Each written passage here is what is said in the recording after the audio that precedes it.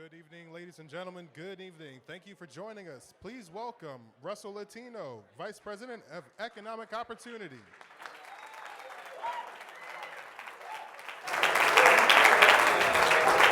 And now I've got to depress you. Whoa, that's loud. An American Psychological Association survey said that 2 out of 3 Americans are stressed about the future of our nation. An overwhelming majority of Americans polled believe that the American dream, this idea that you can use your knowledge and your skill to earn success and find meaning in life, is either under severe threat or it's actually dead. Parents of small children that are in the room, when you're polled, a majority of you say that your child is going to have a quality of life that is lesser than the quality of life that you enjoy. They're not going to have the same job opportunities. They're just not going to enjoy life the way that you presently are. And this uncertainty and this fear is driving a lot of people towards some really harmful and dangerous ideologies. And it's incumbent upon serious people with serious ideas to come forward and confront the problems that are causing people to be fearful, that are causing people to be anxious. And one significant problem that we're facing today in this country is a government that seems reckless and wholly untethered to the ideas of limited government, focusing on the beneficial role and the things that government is supposed to do. So, we all know the numbers. We've heard them over and over again. We're nearly $23 trillion in debt. Conservatively, another $56 trillion in unfunded obligations to Social Security and Medicare. And when you talk to regular Americans outside of the Beltway about those kinds of numbers, those figures are incomprehensible to them. They're truly beyond being real. But what is very real is the human impact of runaway spending and accumulating national debt, both now and in the future. Seniors, working class families, future generations are all going to experience far greater uncertainty and diminished opportunities because of Washington's insatiable spending habit. We have an opportunity now to do something about it.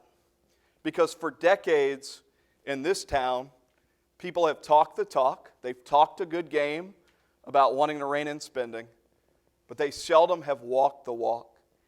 And look, we didn't arrive here overnight. We didn't arrive here because of a single political party. We arrived here over a very long period of time with politicians in both parties that made a conscious choice to choose reckless spending, to choose a loose spending spigot over fiscal restraint. And now we've got $1 trillion deficits on the horizon again. We've got interest payments on the debt that are rising to the point that in just a few years, it will be the 3rd largest government expenditure, just the interest on our existing debt. And then we've got Medicare staring at insolvency by the year 2026, and Social Security not too far behind it.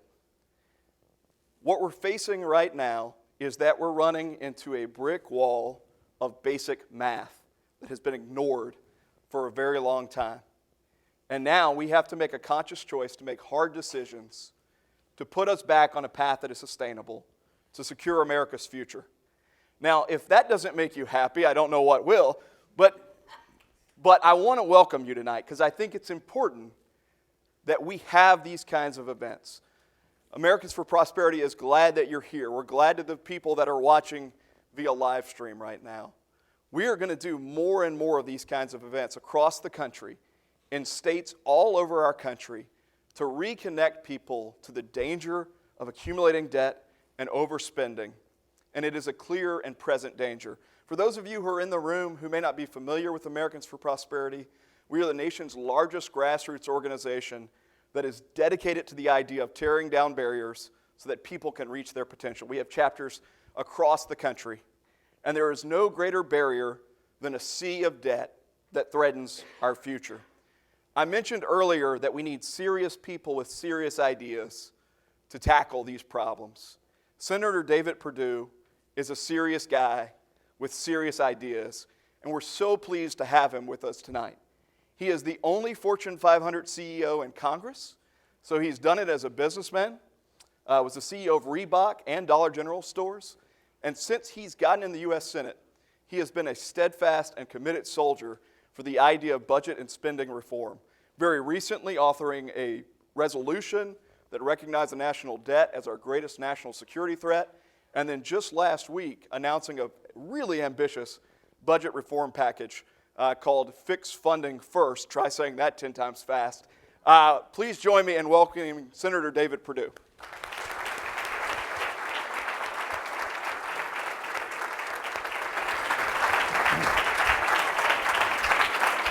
Thank you.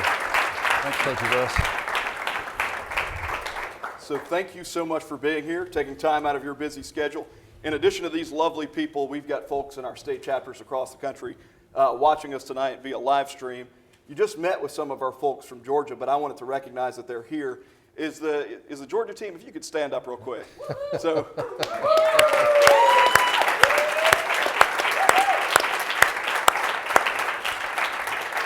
We're glad to have the Georgia folks in the house and some state directors from all across the country who came in as well to listen to the wisdom that you're going to bestow upon us today. I wanted to start with what could be an elephant in the room, though, right? Because we've been talking about this issue of debt and deficits and spending for decades. Politicians, pundits, economists have all given dire warnings about what's going to happen, but very little has been done to rein it in. Yeah. And because of that, we've seen really two groups of cynics develop. The first group largely looks at the problem and says it's not a problem, right? They've become deniers, and they look at people like us and say, oh, you're just chicken little alarmist. And the second group are people who recognize that it's a really significant problem, but they don't believe that Washington has the willpower or the ideas to fix it. How do you respond to those two groups? Well, first of all, they're both right. The second one, except the first one, is the only reason they're right is that we have the reserve currency. And so the reality is we have been able to borrow everything we needed. The problem is there's going to come a day if we don't stop that, we'll lose that right. We are the reserve currency since 1922, I believe it is. And remember, the UK pound was a reserve currency before then, and they borrowed a lot too, and it was their downfall. So we have history to tell us that you can't keep doing this forever. The second group is right from the standpoint that we are in a crisis, in my view. Congress has never had the political will to stand up to this and to do the right thing. And this goes back into the history of how the Congress was set up, but that's for another day and another conversation. But I will tell you this, that we believe now that there are things that we can do in the immediate future. There's a growing nucleus of people in the Senate anyway who are beginning to say, yes, it's a crisis and we have to do something about it. In American history, Americans have always been the best in the world and best in history that I can find of dealing with a crisis. We're just always the slowest to figure out we're in a crisis. And it's true, the only difference between us and Greece today is that we're the reserve currency.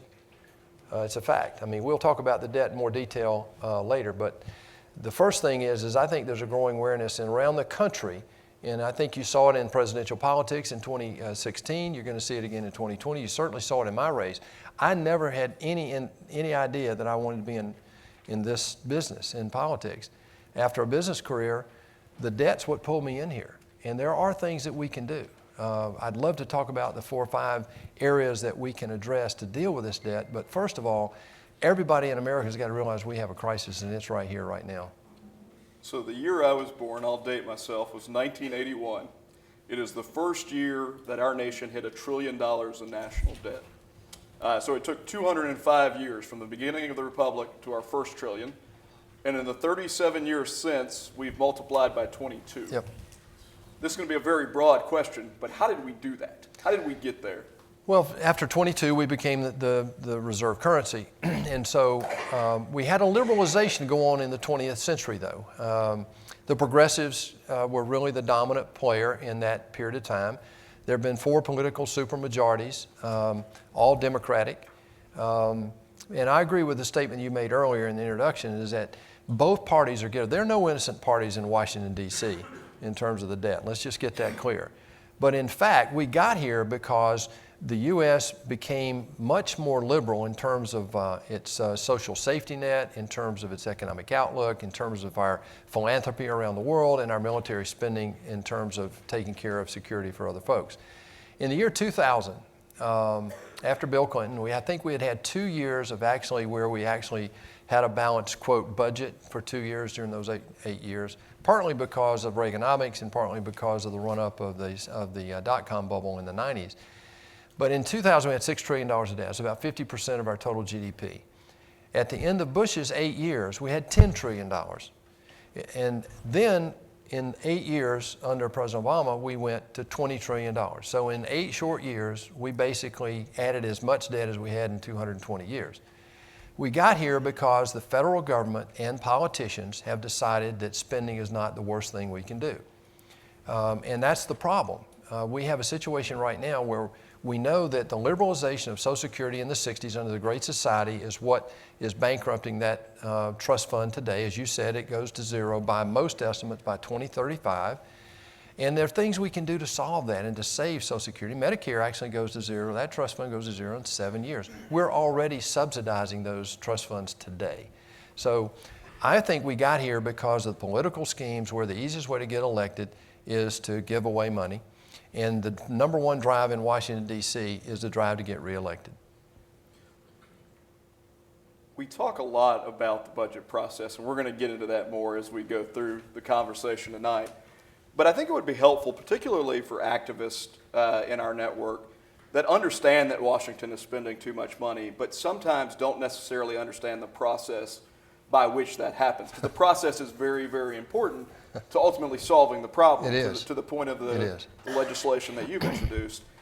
One of the things that I hear sometimes when I talk to people about this problem, they'll say, well, if we just cut congressional salaries and we cut out waste, fraud, and abuse, we'd be on the right track.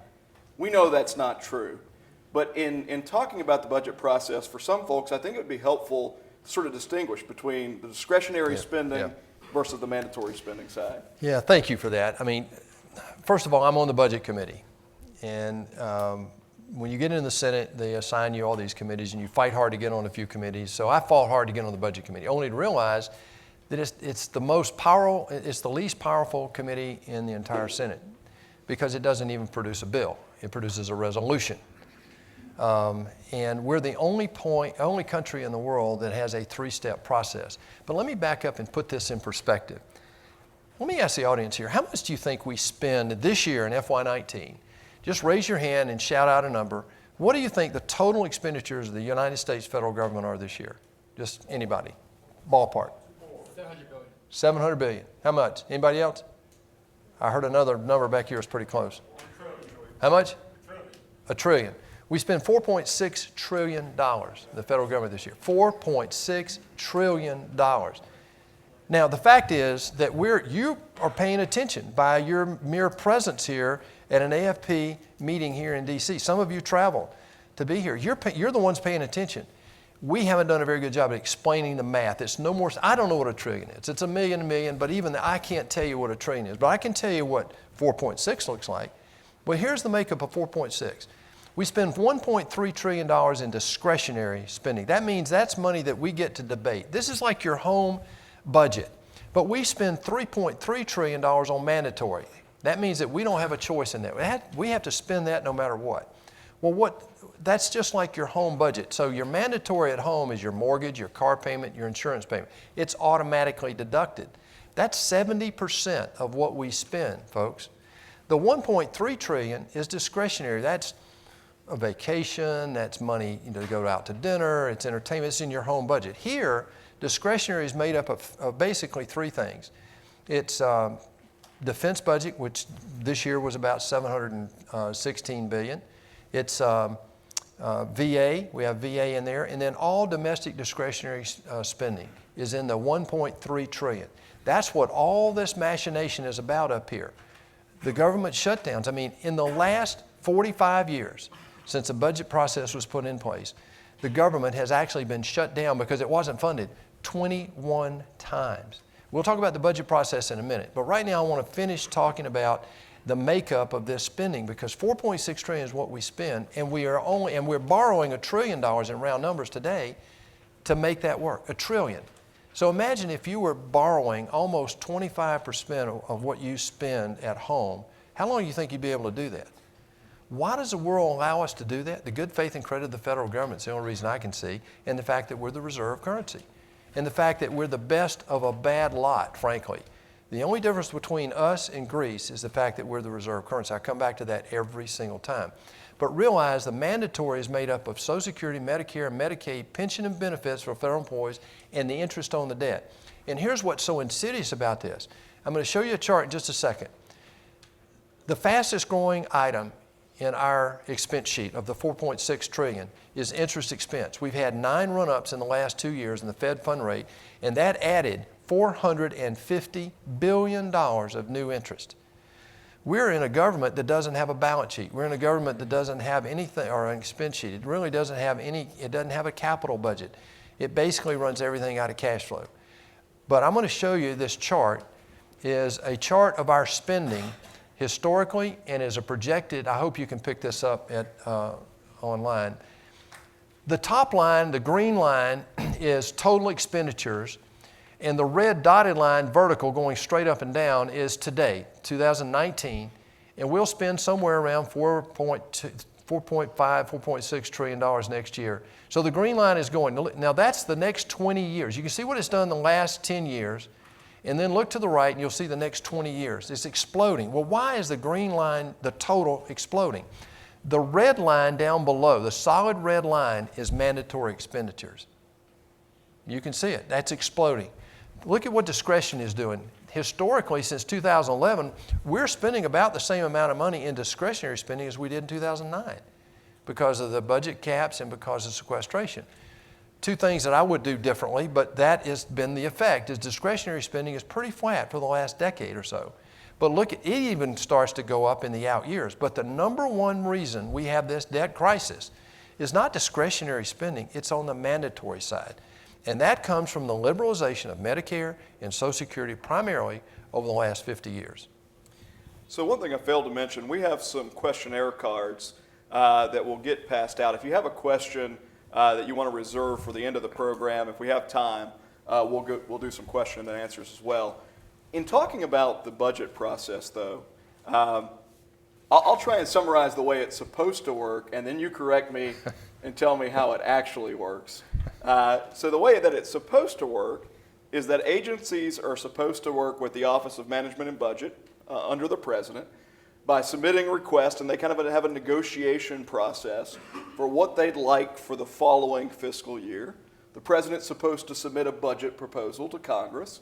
Congress is supposed to do budget resolutions in both chambers, essentially saying this is how much we'll authorize to spend.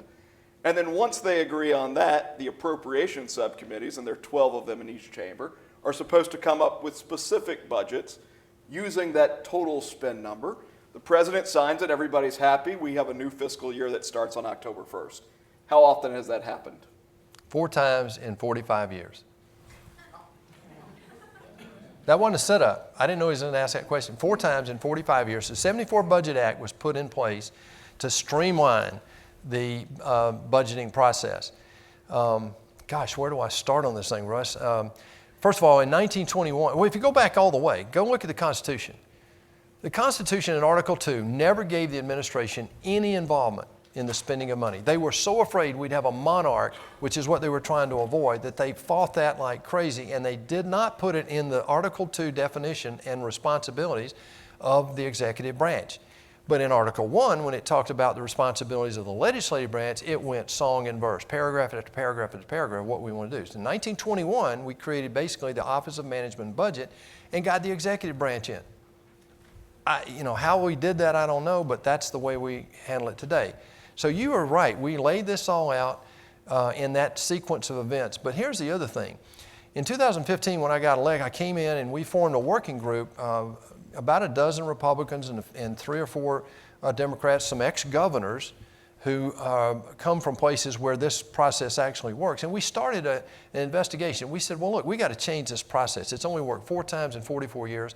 We've used 186 continuing resolutions in that 45-year period. And I said earlier, government has actually been shut down by Congress 21 times in those 45 years. But only 4 times has the government been fully funded by the end of the fiscal year.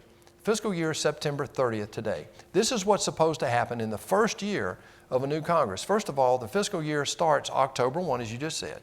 In the first year of a new Congress, we don't even get elected until November, and then they start in January, right? So guess what? We're already into Q2 before the folks even show up. That's how smart we've been in setting the fiscal year and the calendar year for the Congress. So now you're 3 months into a process where you're supposed to do the following. We're the only entity in the world that does it this way. We have a budget process, an authorization process, and an appropriating process.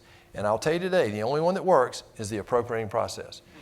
The budget process it takes 14 weeks. That's what we've set out in the schedule. You have 16 authorizing committees. 16. This is armed services, it's state, it's foreign relations, it's all of these. And then there are 12 appropriating committees. And then we're the only entity in the world that does that. And that's 14 weeks, 16 weeks, and then 12 weeks. There's not enough calendar time in a year to even think about doing that. When I first got here in 2015, I was assigned the chair position of State Department oversight within the Foreign Relations Committee. Well, I realized we hadn't authorized the State Department in 15 years. So we've already bypassed the process. You have to get anything done. And last year, we got to 75% funding because we bypassed it again. It's the first time in 22 years last year that we actually got there. I'll come back to that in a minute. But I want to show you a perfect illustration of how bad this process is. We have a chart, another chart here. This was kind of in the dark, but maybe you can pick it up on camera. On the left of this chart, I call this a spaghetti chart. Any of you play pickup sticks when you're kids? You know, you drop it and it all kind of forms a mess. Tell me that's not what that looks like. You know, and so on the left are the authorizing committees. I don't roll this out in mixed company, y'all. I have to be very careful where I show this chart because people say, no, you got to be wrong. You know I'm right. The 16 authorizing committees on the left relate to the 12 appropriating committees on the right. Now, how many of those things you think have a one-on-one relationship? So if you want to fund defense and appropriate defense, you got to go across about 6 different authorizing groups. Imagine how often that happens. It doesn't. Make it worse, we're all signed to 4 or 5 committees. They all meet at the same time. And so you ever watch a hearing on TV and you say, well, there are no senators in there. It's because they're all at 3 or 4 other meetings. This is why. This is ridiculous, and it's going to ultimately have to change as part of what I'm proposing in these budget talks that we're talking about. But the process is broken. Look, we'll never solve the debt crisis. I don't want to fix the budget process just to fix the budget process. It's one of the 5 steps you have to do, though, to fix the debt crisis. And now's as good a time, Russ, if you want, I can lay this out. I mean, this is just one person's view of it, but a business would look at it this way. And by the way, most states, 44 states, have balanced budget laws, have no fiscal problems, because they have laws that say if you don't get the budget done, you don't go home. They work 45 days a year. And guess what? That's what the U.S. federal government did for the first 130 years. The Senate and the House only met 45 days a year. Career politicians were never imagined by the founders of this country. That's a late 20th century manifestation. Until 1913, the Senate was appointed and wasn't elected. Then it became elected. We created the IRS and several other progressive ideas. But if you want to solve the debt crisis, you got to grow the economy, which we're doing. I'll talk about that in a little bit if you want. You got to fix this budget process. You got to get rid of redundant spending, and that's both discretionary and mandatory. You got to save Social Security and Medicare, because these are the things going to hang around our neck if we don't do that. And lastly, we've wasted a decade talking about health care insurance. We should have been talking about health care costs. I was going to say my 4-year-old draws things like that right there. Yeah. So that's what that looks like to me. You know, and I bet it works more than 4 times out of 45 too, right, when he does it. There you go. So you talked a little bit about continuing resolutions, just so people have a sense of what that is. A continuing resolution, an omni, a mini, these terms that get thrown around. What does all that stuff mean? Well, what happens is, in the business world, if I didn't get a budget done and get it approved by the board and start implementing it before the end of the fiscal year so that the banks and the lenders and the stockholders and the employees and the customers all knew what we were doing, I'd have been fired. I mean, and the board would have been fired. I mean, it's no more complicated than that. You do it like breathing. You don't think about this process. It just happens. A continuing resolution only exists in the United States federal government. This is the only place I've ever found one. And that is, oh, well, if you don't get your job done by the end of the fiscal year, we'll let you keep funding the government. Just keep funding it at last year's level. Well, that doesn't sound so draconian until you get into the details of it. But for the military, it's devastating. If you have a new program that's coming in, like a new airplane that you're trying to build, that gets delayed until you actually get past the CR. If you have training, it gets interrupted. You can't continue past the end of the fiscal year or the past of the date when the CR is done. You can't start new contracts. And I submit to you that it causes our procurement costs in the military to go up astronomically because of this. Our personnel costs are higher than they should be. Even our VA costs are higher than they should be because of the CR impact on spending. So these manifestations of not doing the budget and the appropriating work on time are actually some of the reasons why the expenses are continue to go up no matter what you do in terms of appropriation. So now that we kind of have a baseline for how the budget itself works, I want to return to this idea that some people are pushing that essentially says debt doesn't matter. Yeah. And there's a sort of growing movement around this notion that debt doesn't matter. Now, for people who for a long time have suggested that debt does matter, we often talk about it in terms of a fiscal cliff. Some moment in the future where critical mass gets hit and things really start to take a downturn. But I think I've seen you talk about this before, and it's something that I agree with. It's that we're not looking forward to a debt crisis. We actually are in the midst of a debt crisis. What leads you to draw that conclusion? There's no question in my mind we're in a debt crisis right now. We're borrowing money to pay interest on the money we've already borrowed. And that's the first indication of a business that's in deep, deep trouble. The second is that we have 70% of our run-up expenses we don't even deal with. I mean, that's the second characteristic of a real crisis. But the third, and I keep comparing us to Greece, if Greece had the ability to borrow money like we do, they wouldn't have a problem. They just keep borrowing. Well, here's the reality. There's a finite, what is debt? Debt is money that somebody pretty much invests, or they print money in our case, to loan to somebody for a reason. And generally it's to get a rate of return on that. People loan the federal government money because they believe in the good faith and credit of the federal government. We've never defaulted on one of our loans yet. However, if you can't borrow, if you're borrowing money to pay interest on the debt you already had, what happens if you can't borrow money? You stop paying interest. Guess it's a vicious cycle, right? We just go right down the toilet. I believe we've been in this crisis for about 15 years. The minute that actually now it's about 19 years, the minute we started getting past 60% of our total economy in terms of size of debt, I think we got in the red zone right there. Today we're over 100%. The only country in the world bigger than ours is Japan. It's like 200%. The only time we've been in this crisis before was after World War II, and that was justified. And President Eisenhower, in 8 years, and never gets enough credit for this, in 8 short years, paid that debt down. Not just held on and let inflation devalue it, he actually paid it down. So in my view, the measure of a crisis is how hard is it to get the debt that you need to run the country. And here's the reality. Today there are about $200 trillion of total debt in the world. About 60 trillion of that is sovereign debt. That means government debt. Well, we have 20 trillion, we have a debt clock in my office. You want to get depressed, come sit in my waiting room and watch this thing just spin. It's about $100,000 a second. It really is. We've been looking at this thing. And so what we've got to wake up and realize is that the moment of crisis is past us. The opportunities are there. If you look at our balance sheet, we're very healthy. We're not in any threat of being bankrupt. But the crises are coming at us like crazy. And if we ever lose the ability to borrow the money to pay this interest, and by the way, you said in your opening remarks, it's projected now that by 2023, we'll be spending more on interest on this debt than we are on our military. That will make it the third, as you said, the third most expensive line item on our expense sheet below Social Security and Medicare.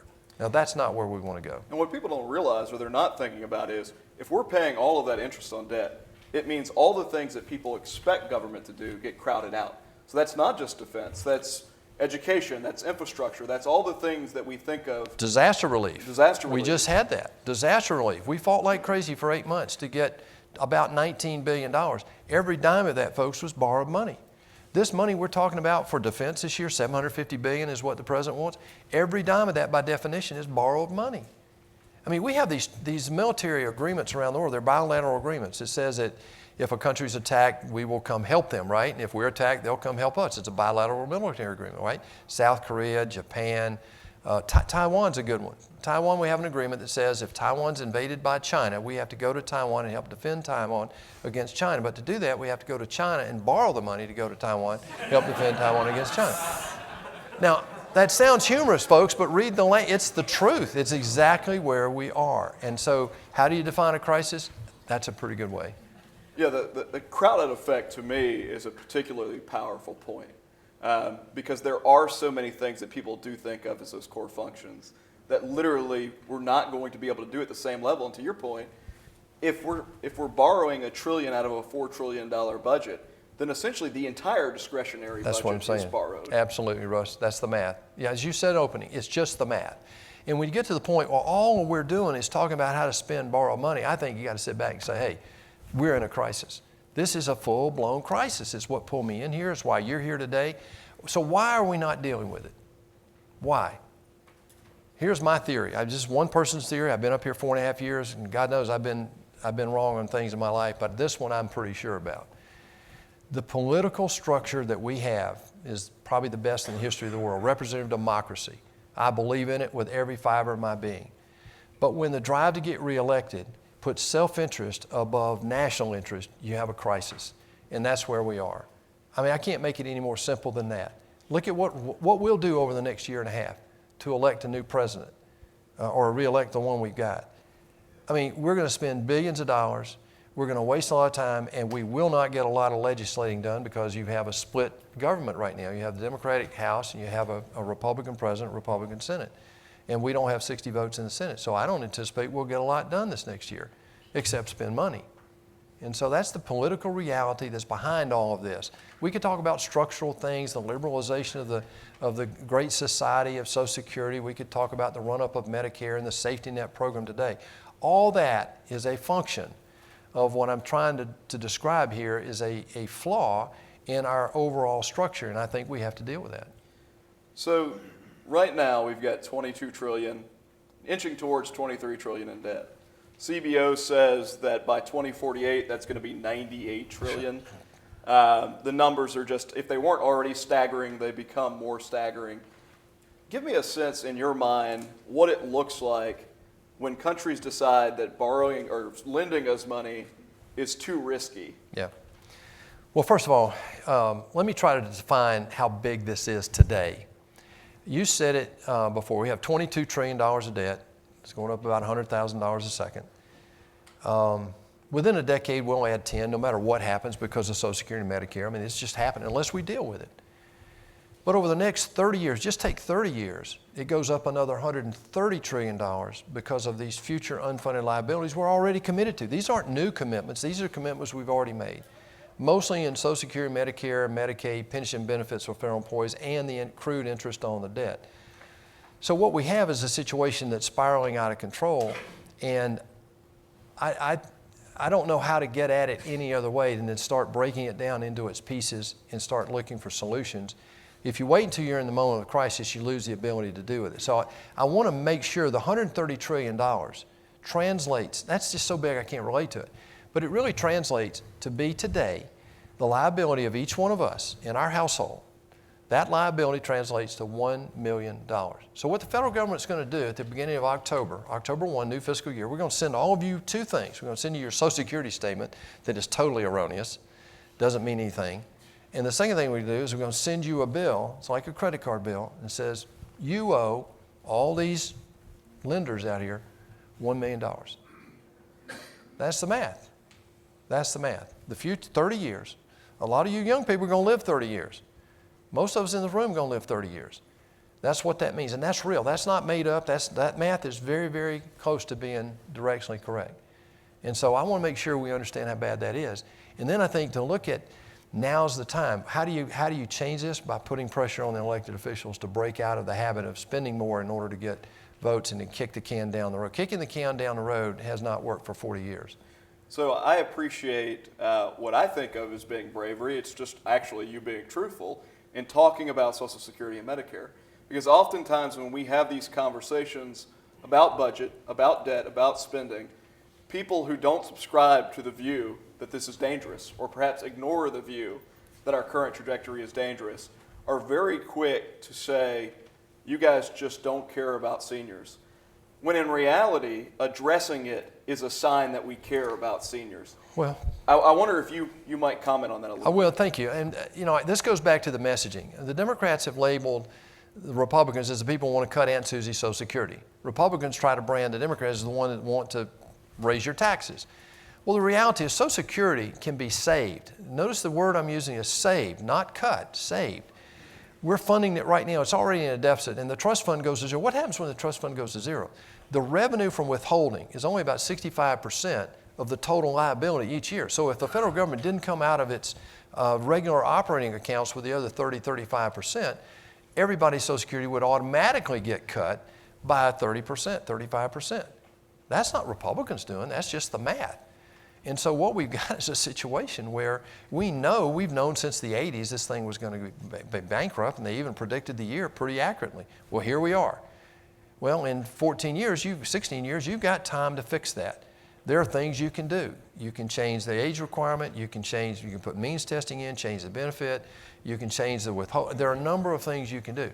The time is now to put both. I promise you, if we lock the doors, Russ, right now, we got 100 people in here.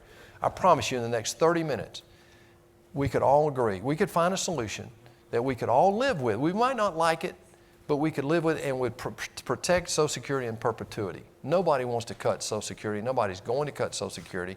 It can be saved, but we got to get on it right now. If you do have questions that you've written, if you'll pass them to the end of the aisle, we'll have some folks pick it up towards the end of the program here. So we've addressed some of the big questions. I do think that, really that Social Security, Medicare question is one that a lot of people gravitate towards. I know that you have been focused on another angle, though. You very recently sponsored a resolution that essentially said the national debt was the largest national security threat in America. And I wondered if you might talk a little bit about how you think debt interacts with our national security interest. Well, General Mattis said it most eloquently most recently, but several admirals have said that in the past. Several chiefs, chairman of the Joint Chiefs of Staff has said it, that the greatest threat to our national security is our own national debt. And here's why. First of all, since World War II, we have been the world's policemen.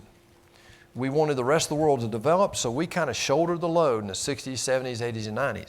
Such that today we spend 3% of our GDP on our military. That's down, by the way, from 4%, which is a 50-year average. Under Barack Obama, we cut that by 25%, the federal government did.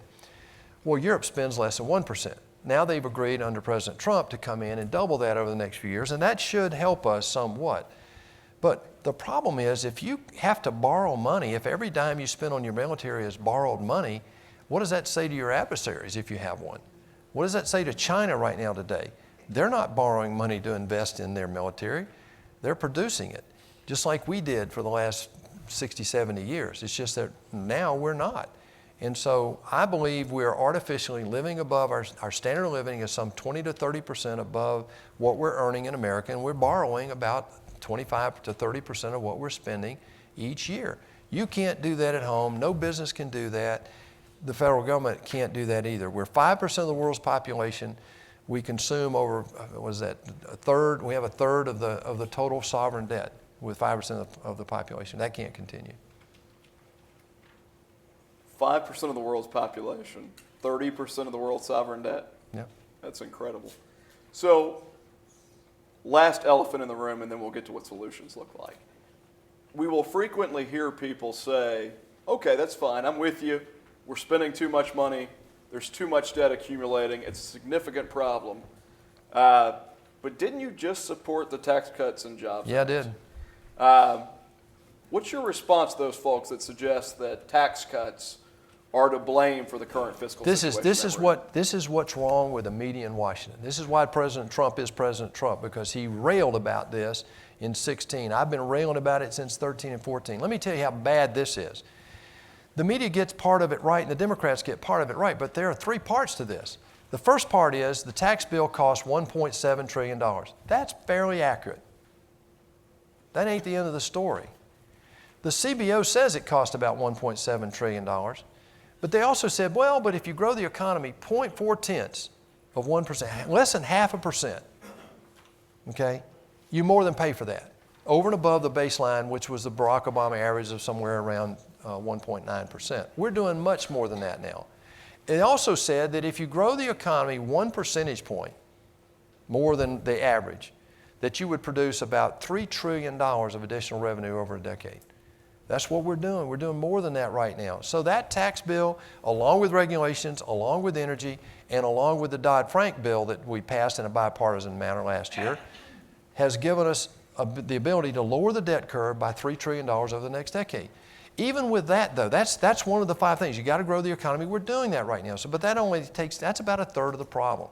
You've got to save Social Security, you've got to fix and Medicare, you've got to fix the budget process, and you've got to get health care costs reined in.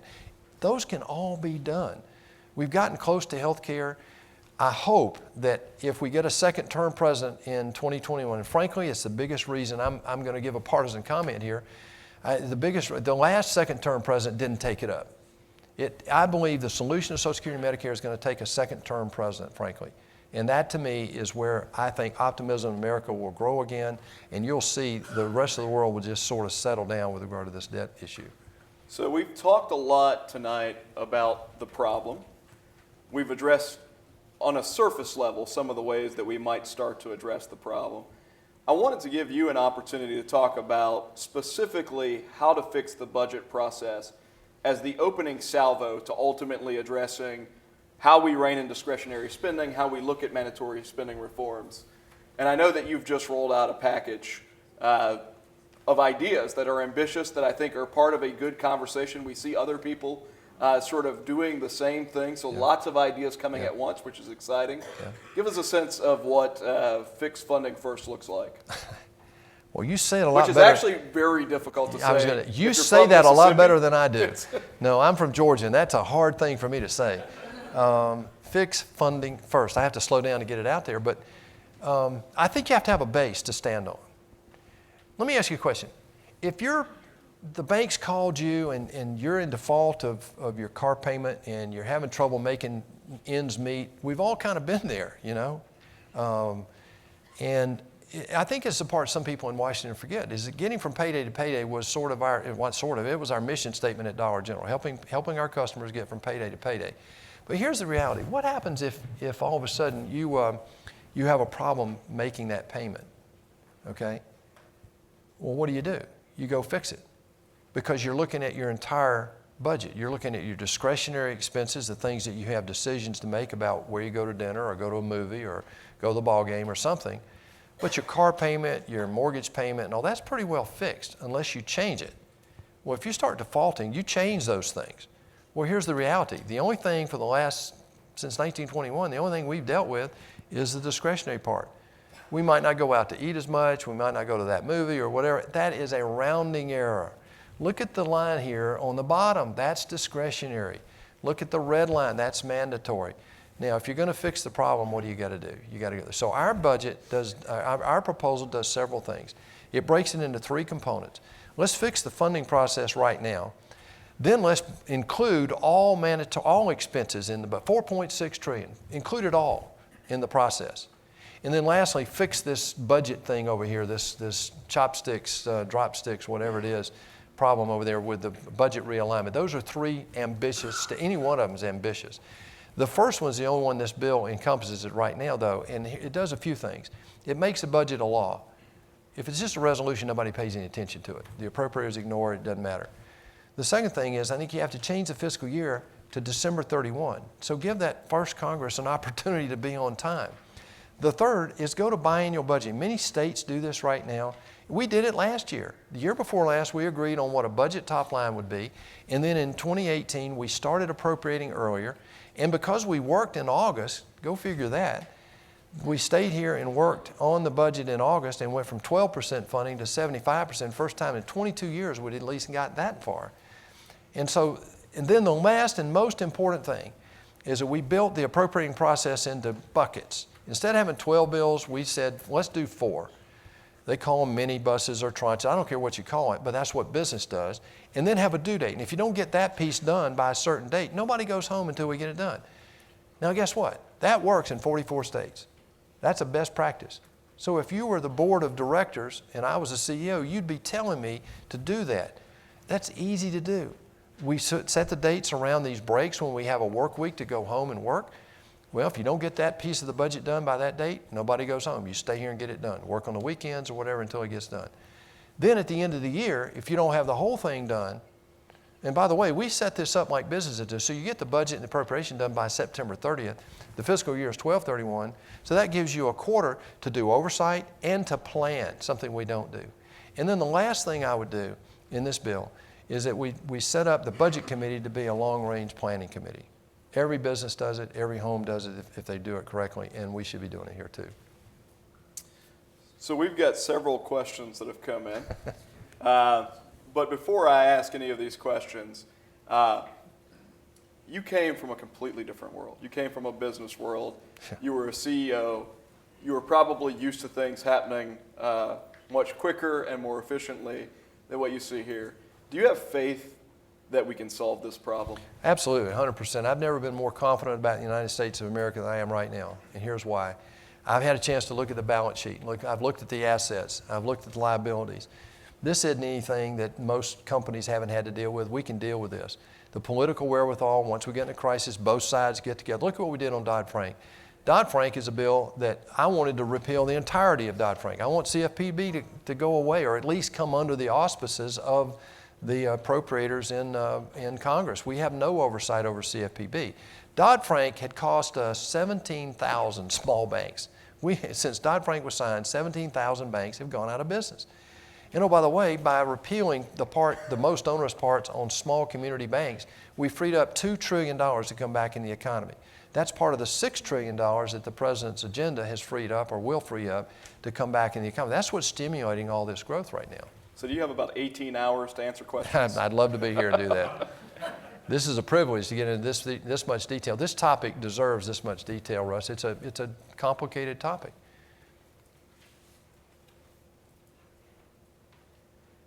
Okay, this one's from Angel Vandergrift. I feel like I'm at a blackjack table. Yeah, no, I'm going to pass out some cards to you.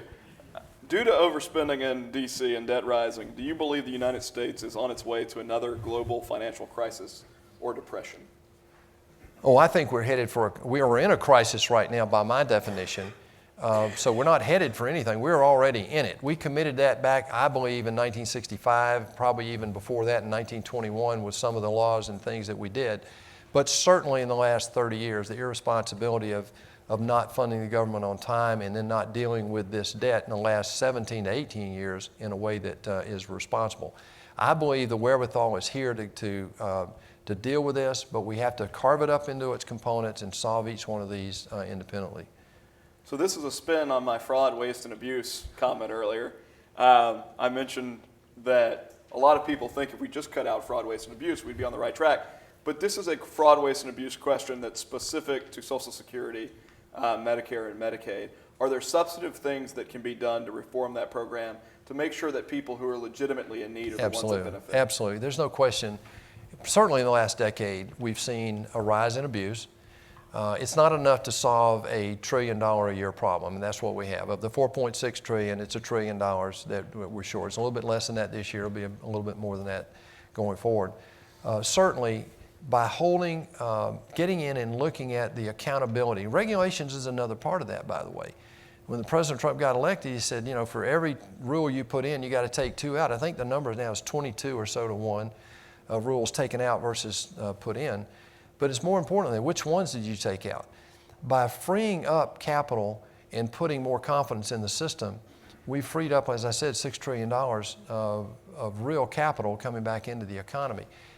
That builds confidence. And this whole free enterprise system is based on confidence. And when you start losing that, then I think, we've seen in the past how bad things happen. So this one is from Eric Johnson. And this is a great grassroots question. As a grassroots organization, what can citizens do to create ideas, drive solutions, help to convince our lawmakers that they need to be courageous, that they need to take that stand?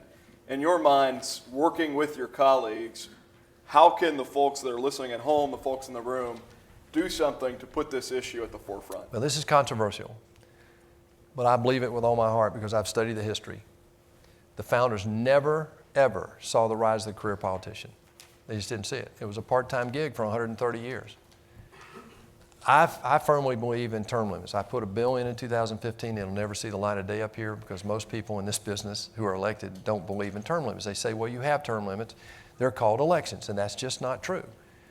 You have these committees that are set up here that are their full intent and purpose is to get, on both sides, to get the incumbents reelected, not to put the best person in the seat. When I got elected, there were so few business people in the Senate, it was pitiful. There were a lot of lawyers, I get that, but there weren't a lot of business guys. Well, you have to have lawyers to write the laws and all that, and a lot of staff are, and thank God they are, but nothing against lawyers, but I mean, we had over 60. As a recovering lawyer, I agree with you. So the number one thing I think you could do is to hold elected officials accountable. Somebody's got to be accountable for this. And yet, I hate Congress, but I love my congressman. You ever heard that? Okay. We're all guilty. That's you and me. We're all guilty. And at the grassroots level, who do we support? Look at who we get behind for president. We have people who this time and last time on our side and this time on their side who are raising their hand who have no executive experience. If you were a board looking at the resume, you'd say they've never done anything that would allow them to step that far to be the leader of the free world. And yet we all get behind our favorite horse without qualifying them. My view is this crisis wasn't created by elected officials. It was created by the people who elected the elected officials. That's you and me. For 40 years, I was in business, fat, dumb, and happy, just running, trying to make a living for my family, get my kids educated, save a little bit of money for retirement. And I woke up one day and I said, oh my goodness, I saw this coming. And now we got to do something about it. So I think the number one thing you can do is hold us accountable. Number two is send emails, be practical, educate your people about what you're hearing today at a grassroots level. And don't be bashful about it. I got over sounding conspiratorial a long time ago, Russ. I mean, seriously. When you know the facts will win the argument hands down. The third thing is communicate with your own elected officials. Tell them how serious you think this is and tell them you expect results. And the fourth is every election we have, make this the issue in the election. When I ran I pulled political advisors around me and they all said, oh, David, you can't get elected talking about the debt. You got to have an issue. I said, this is the issue. So we talked about it for 2 years. And guess what? I got elected. I think that can happen in a lot of places. This has got to be the issue of our generation. You started out the conversation saying that the next generation has lower economic prospects than the prior. That's the first time in U.S. history that that's ever happened. And most economists, most socioeconomic people who are looking at this believe that's the truth. I believe we can reverse that, but only if you start doing those four things I'm talking about. So I think that's excellent advice for people to be passionate about this issue. It's interesting. I keep hearing people say, when I bring this up, I talk to folks, some colleagues, some people externally, and they say, well, the debt's a problem, but nobody really cares about it anymore.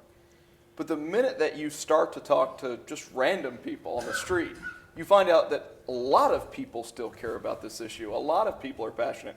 In 2 weeks, we put this together, and there are 100-plus people in a room tonight on a Tuesday night. I think people are desperate to see folks that have solutions, right, that are willing to drive and be courageous. And so I think that's great advice. This is going to go from grassroots to budget expert. So Mark Goldwyn is over here from the Committee for Responsible Federal Budget. And his question was, what should we do to prevent sequestration on October 1st? Yeah. Should we pay for increases in the caps or add to the debt? So here's the question. I don't think it matters. At this point, the real problem is not in that bottom line. So whatever we do in discretionary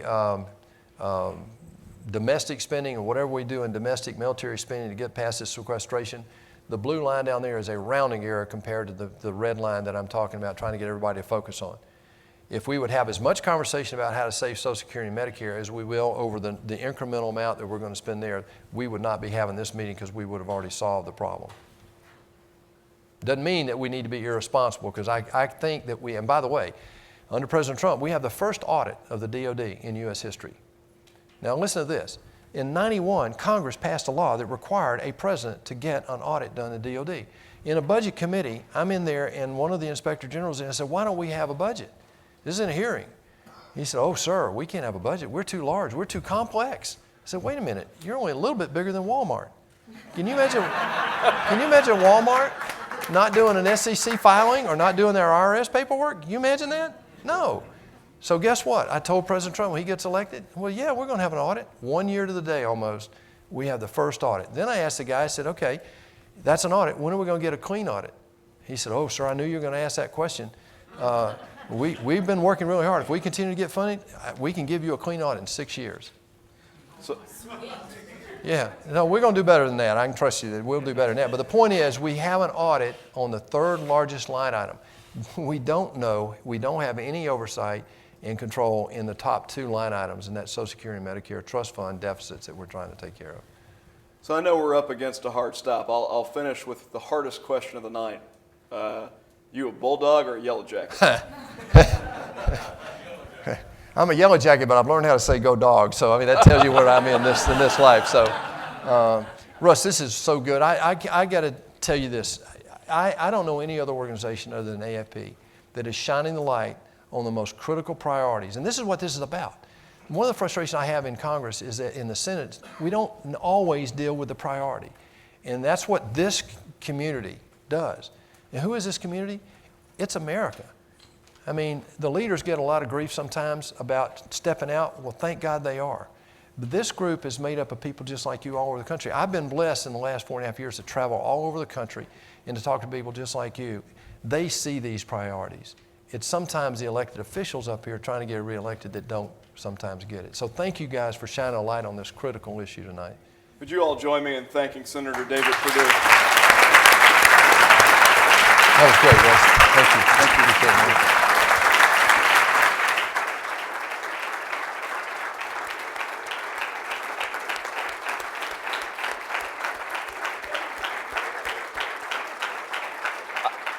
I hope that everybody found that interesting. I won't keep you any longer other than to say that the reception is next door. Please join us for some light appetizers and a drink. Thank you again.